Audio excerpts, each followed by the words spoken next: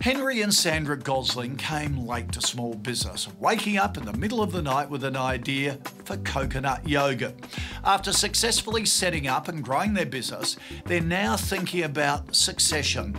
To help them get ready for that next big phase, Natalie Archer from Ben Delta popped by to share her advice. So you've created this outstanding product and brand, Koyo. How did this all start? To cut a long story short, I woke up in the middle of the night in June 2009 at 3 o'clock in the morning, and some from out there said to me, "You should actually make a yogurt out of coconut milk." That's pretty direct feedback. It was exactly. And so I jumped out of bed. I got onto the computer, Googled to see who else was making it. No one else was, except for a little company in America. And from there, I decided that I would actually start experimenting. I had been making the yogurts, and Sandra had been taking them to a yoga class. After 6 months on the kitchen bench, finally I cracked it. Took it to yoga that day, and one of the ladies said, "Oh my God, that's heaven in a mouthful, that stuff." I said, "Right, that's it. That is it. That's the batch, and that's our recipe, and that's what we're doing." And it's an extraordinary story of true invention, which is just amazing. So how has your life changed?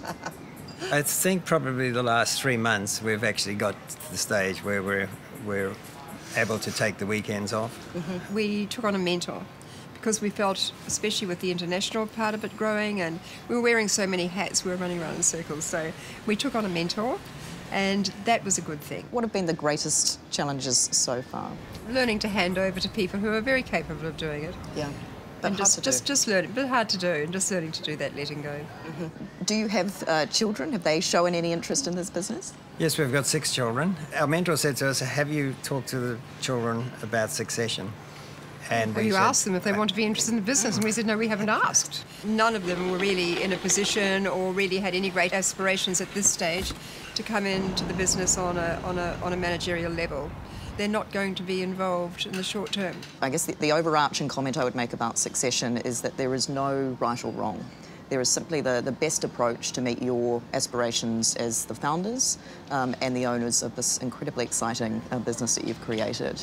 It's like a child, isn't it? When you create a business like this, particularly when you've actually invented the product, this is something incredibly special about this, is to think about what do we want the future for this business to be? Having the conversation around your personal aspirations, because that's really where succession starts and finishes.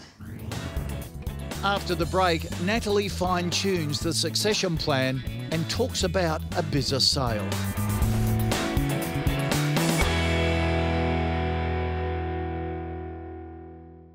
So you're 4 years in. It seems like it continues to be a very exciting journey. Where are you at, and do you know what the future looks like for you? First of all, we've got to get one very good person that has an overall understanding of the business. Once we find that person, we will step back a little and concentrate more on the international business. I think that would be right, would it?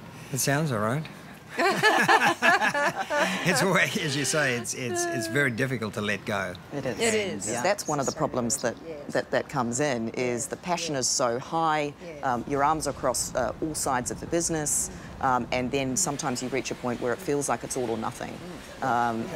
And you don't need to get to that position now, because you've built this wonderful business and you're bringing in new capabilities all the time. People who are used to growing a business to the next level are often very helpful, because they know what the systems and processes are going to look like for the business when it's twice the size as it is now. It's great to have multiple succession options.